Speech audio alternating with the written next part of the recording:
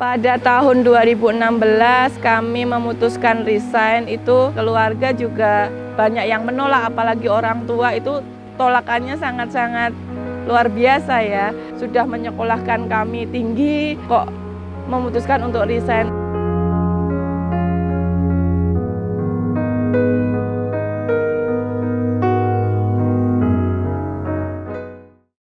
Terima kasih Punca Media, mari berwirausaha, ciptakan peluang usahamu sendiri.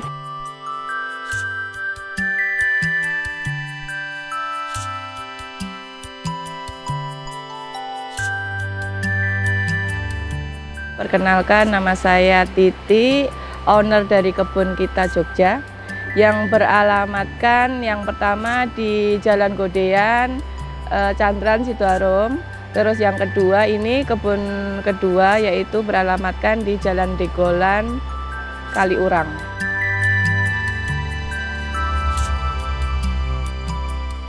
Kenapa kok saya memilih anggrek? Karena memang berawal dari hobi. Dulu saya sebagai pegawai pemerintah memutuskan untuk resign, suami pun juga dari pemerintah memutuskan untuk resign, dan kami mengawali bisnis anggrek ini karena berawal dari hobi.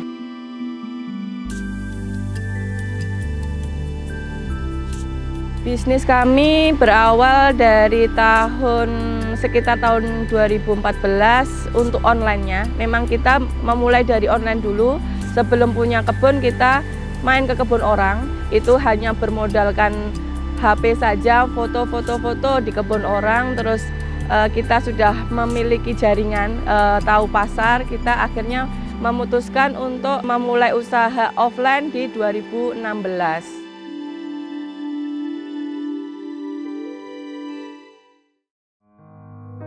Pada tahun 2016 kami memutuskan resign, itu kami awalnya juga tidak yakin juga, keluarga juga banyak yang menolak, apalagi orang tua itu tolakannya sangat-sangat luar biasa ya. Apalagi kami waktu itu benar-benar masih nol ya, rumah masih ngontrak, anak baru 1, dan kami memutuskan untuk keluar yang kata orang-orang itu zona nyaman. Jadi pas waktu 2016 itu waktu di akhir tahun itu kan banyak sekali laporan, anak semakin bertambah banyak, itu saya pribadi curhat ke suami, ya ini gimana ini ya, kok kerja kok capek gitu kan, terus pulang sore dan lain sebagainya. Suami bilang, ya udah keluar aja gitu, toh kerja itu kan untuk keluarga dan kenyamanan kita.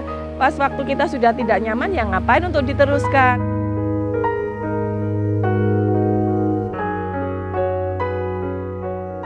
Awal itu keluarga menolak ya, istilahnya orang tua sudah menyekolahkan kami tinggi kok memutuskan untuk resign. Tapi seiringnya waktu selalu komunikasi dan menunjukkan hasil, akhirnya orang tua pun mensupport.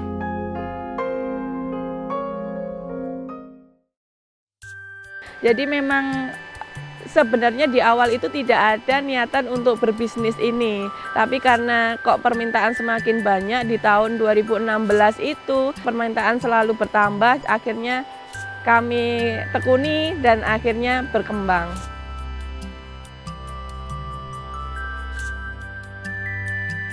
Untuk budidaya anggrek ini kami awalnya otodidak. Terus ada grup anggrek kami ikuti, ada grup tanaman kami ikuti, ada forum-forum kami ikuti. Terus dari itu kita sedikit tahu apa sih yang dimauin anggrek.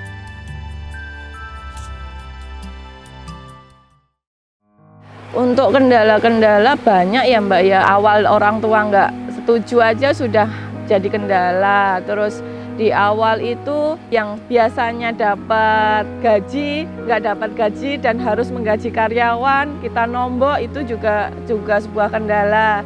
Ya agak di keluarga sendiri juga, keluarga utamanya orang tua ya kadang nyalahke gitu kan. Karena memang awal usaha ini nih ya bener-bener babat alas, yang dari awalnya orang tidak tahu, dipaksa untuk tahu ke kita. Nah itu proses-proses yang memang kami hadapi ya.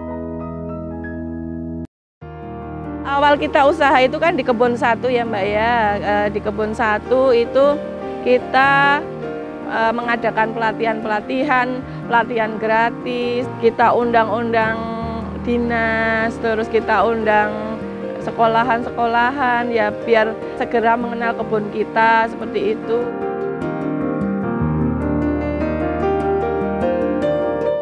Pas waktu pandemi itu memang event yang memang untuk di tanaman, khususnya tanaman anggrek itu lonjakan permintaannya luar biasa. Jadi kok ternyata ada sedikit tabungan gitu. Nah kita juga bingung tabungan ini mau dibuat apa gitu kan. Nah kalau semisal kita tabung pun itu kan tidak ada hasilnya kalau di tabungan. Nah akhirnya kita berpikir apa ya yang memang biar untuk dikembangkan seperti itu. Jadi kita membuat kebun lagi satu, yaitu kebun kita 2 ini kita konsepnya di agrowisata. Jadi di sini ada kebun anggrek, kebun kaktus, kebun anggur, konsepnya nanti ada restonya. Di sini teman-teman bisa ini Mbak, bisa sekalian konsultasi bagaimana cara budidaya yang benar. Jadi kita tidak hanya menjual produk saja, tapi teman-teman itu bisa tahu bagaimana cara pengembangannya. Tanya bisnis pun kita belak-belakan kok. Kita tidak takut nanti nek disaingi pemain lain bagaimana. Kita tidak takut. Toh itu rezeki sudah diatur Allah gitu ya.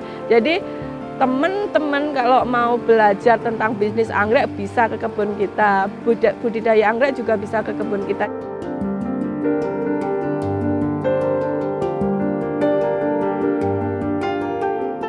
Untuk varietas tanaman anggrek kita sangat banyak sekali ya.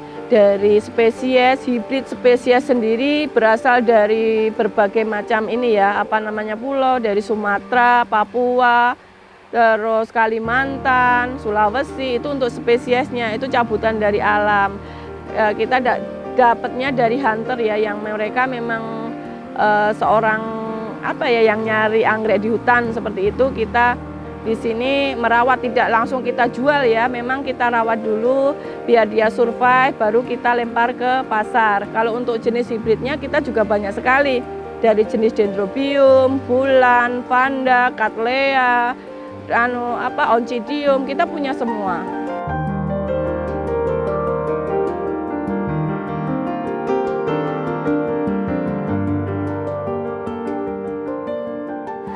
Untuk anggrek itu karena dibudidayakan ya beda dengan anggrek alam. Jadi memang pemberian nutrisi itu sangat penting sekali. Kita untuk nutrisi itu seminggu sekali untuk pemupukan. Vitamin B1 itu untuk agar tidak stres, terus fungisida, pestisida itu kondisional kalau memang terjadi serangan hama ataupun penyakit.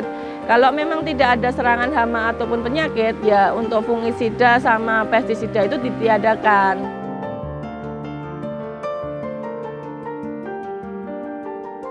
Sebenarnya anggrek ini tanaman yang sangat gampang sekali untuk budidaya. Kasarannya tidak disiram seminggu aja nggak masalah, karena memang dia jenis-jenis tanaman yang memang tidak terlalu suka air, beda sama jenis tanaman lain. Kalau tanaman lain seperti mawar memang dia indah, tapi ketika dia tidak disiram 3 hari saja dia itu sudah langsung layu, beda sama anggrek. Jadi kenapa kok saya juga memilih anggrek, karena saya terus terang memang agak males ya ngurus tanaman. Nah kenapa kok saya milih anggrek? Anggrek itu tidak disiram 1 minggu, bahkan 2 minggu saja dia masih bisa survive. Jadi menurut saya tidak ada yang rumit di anggrek.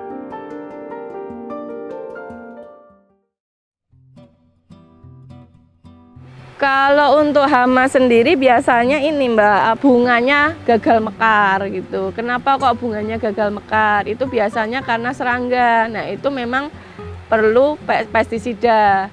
Jangan salah ya. Serangan serangga tapi dikasihnya obat jamur fungisida, ya salah sasaran gitu ya. Jadi memang serangga sasaran atau hama sasaran itu memang juga harus diperhatikan. Jangan asal gebiah uyah ya. Jadi ada serangan, paling ini jamur ya, padahal dia bukan jamur. Harusnya kan pestisida tapi dikasihnya obat jamur kayak gitu ya.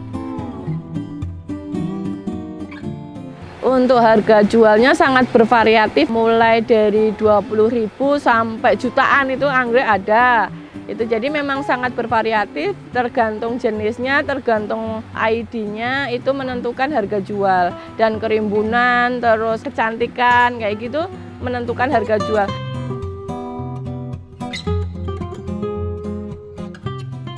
Untuk bibit-bibitnya kita bervariasi, ada yang impor, ada yang memang dari lokalan. Kami pun sudah mulai berproduksi. Di kebun satu itu ada laboratoriumnya. Teman-teman kalau mau belajar kultur itu bisa di kebun satu ya. Di situ ada fasilitas laboratoriumnya. Jadi proses dari nabur biji sampai aklimatisasi nanti bisa dipelajari.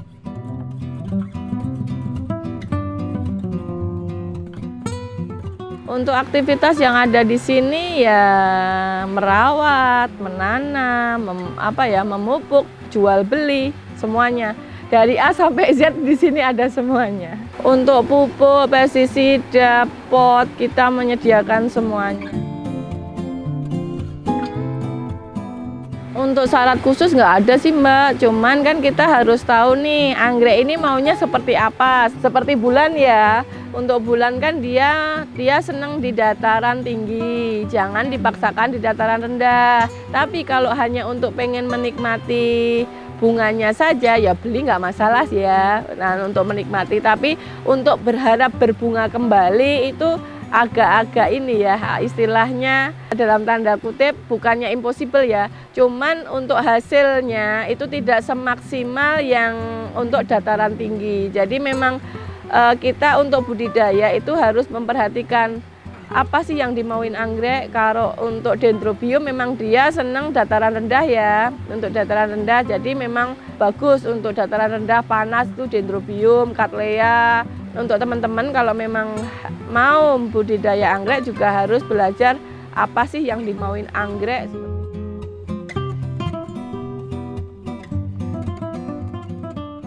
Untuk perawatan anggrek itu sangat mudah ya. Yang jelas anggrek itu adalah jenis tanaman yang tidak terlalu suka air.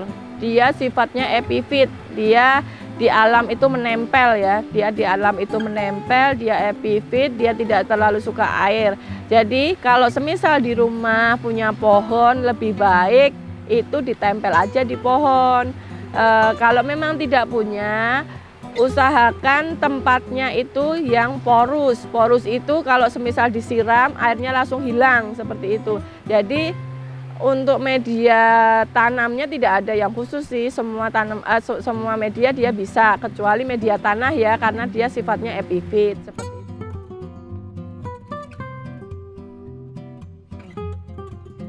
Kalau untuk pengunjung yang offline yang kesini ya paling sekitar sini aja sih Mbak. Terus kalau untuk online-nya kita sudah banyak Mbak, dari Sabang sampai Merauke, alhamdulillah. Kebun kita itu sudah pernah mengirim, yang paling jauh di sana itu Papua, yang di sana itu Aceh, itu sudah pernah kami kirim dan tidak ada komplain. Nah, ide untuk mengonlinekan di tahun 2016 itu saya mainannya kan Facebook ya Mbak ya. Mainan Facebook, saya hanya foto produk, share di Facebook. Ada yang minat, saya jual gitu, saya kirim. Waktu itu awal-awal itu juga nggak langsung ini ya, banyak komplain. Dan nyampe sana bunganya patah, nyampe ini bunganya patah, dan saya harus mengganti 100%. Itu pernah itu Mbak. Nah ternyata tanaman yang dikirim itu harus sudah kering, benar-benar kering medianya, tidak boleh basah. Kalau basah itu bisa menyebabkan busuk. Terus untuk bunganya harus dibungkus. Kenapa kok anggrek itu harganya stabil ya? Karena memang tidak semua orang bisa membudidayakan. Karena memang perkembangbiakan anggrek, utamanya jenis dendrobium, bulan, cattleya seperti itu, vanda, itu kan lewat biji ya. Jadi biji itu harus dikultur, dari kultur terus di botol ya, kultur botol, terus nanti aklimatisasi. Itu prosesnya cukup lama, bisa memakan waktu di botol aja 1 tahun ya, 1 tahunan baru siap dikeluarkan, namanya aklimatisasi. Terus dari aklimatisasi dibikin seedling, terus sampai siap berbunga itu sekitaran 1 sampai 2 tahun. Jadi memang untuk bisnis anggrek sendiri, kenapa kok harganya stabil? Karena memang tidak semua orang bisa membiakkan. Jadi perlu orang yang memang teliti ya. Tapi kami menyarankan tidak terus yang baru memulai bisnis itu langsung dari biakin dari botol itu enggak. Nek kami untuk pemula itu mending beli yang seedling, dibesarkan, dibungakan, jadi prosesnya tidak terlalu lama dan tidak terlalu rumit seperti itu.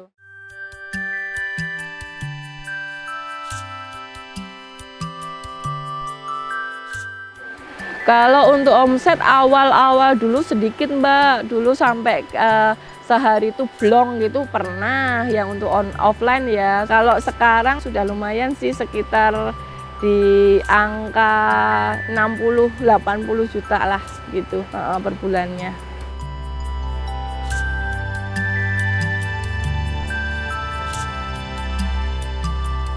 Pas waktu pandemi, alhamdulillah kita hanya ngikutin pemerintah PPKM itu 2 bulan.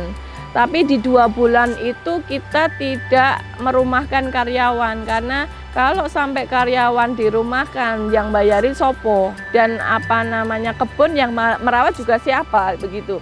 Jadi memang pas waktu pandemi memang kita PPKM, kebun kita tutup, kita fokus di pemeliharaan kebun.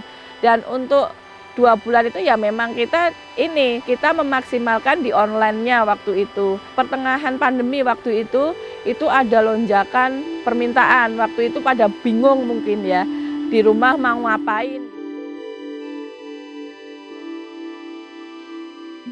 Inovasi kebun kita untuk kedepannya ya ini tadi Mbak, yang kita konsep agrowisata ya. Jadi memang kebun di sini kita konsepnya agrowisata, ada kedepannya ada tambahan petik buah anggur, terus ada ikan, terus ada homestay juga, resto, dan bisa menikmati keindahan anggrek gitu, keindahan alam yang tidak ada di kebun lain seperti itu.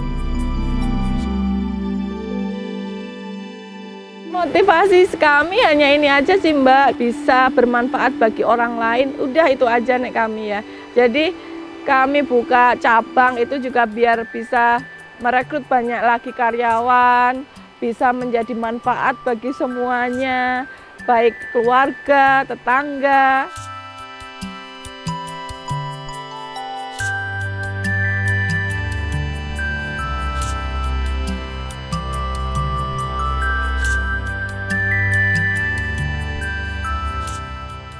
Terima kasih Punca Media, mari berwirausaha, ciptakan peluang usahamu sendiri.